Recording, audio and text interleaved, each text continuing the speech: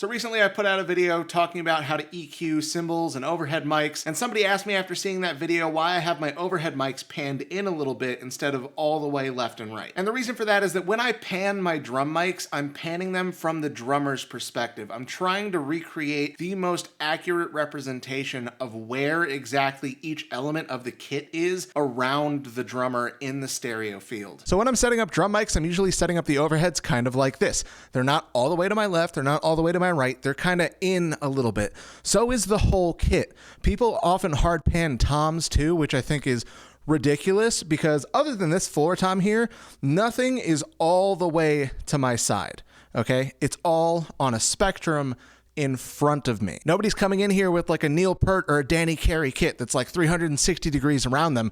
It's all like pretty basic drum setups. So if the mics are in a little bit from where I'm sitting like they are now, I want that to be replicated for the drummer. I want them to hear the kit the way they're going to hear the kit when they're sitting behind it. I'm going to show you an example. Please keep in mind, I am not a drummer. I do not claim to be a drummer, but I'm going to show it to you once with it hard panned and once with the mics panned in a little bit, and you'll see the difference it makes in the overall representation of the drum kit.